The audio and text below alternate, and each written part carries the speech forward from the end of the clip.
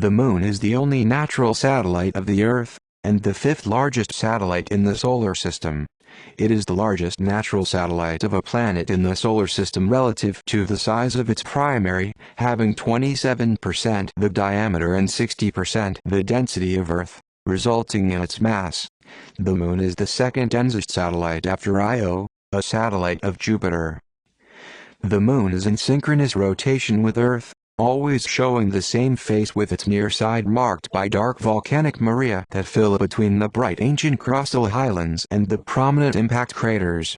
It is the brightest object in the sky after the Sun, although its surface is actually very dark, with a reflectance similar to that of coal. Its prominence in the sky and its regular cycle of phases have, since ancient times, made the Moon an important cultural influence on language, calendars, art and mythology.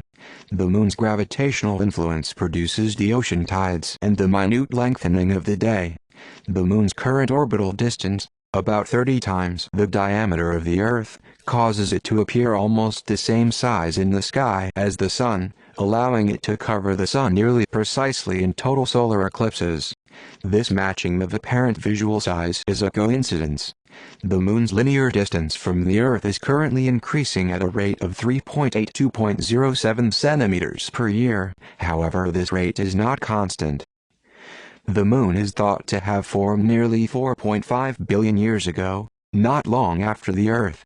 Although there have been several hypotheses for its origin in the past, the current most widely accepted explanation is that the Moon formed from the debris left over after a giant impact between Earth and a Mars-sized body.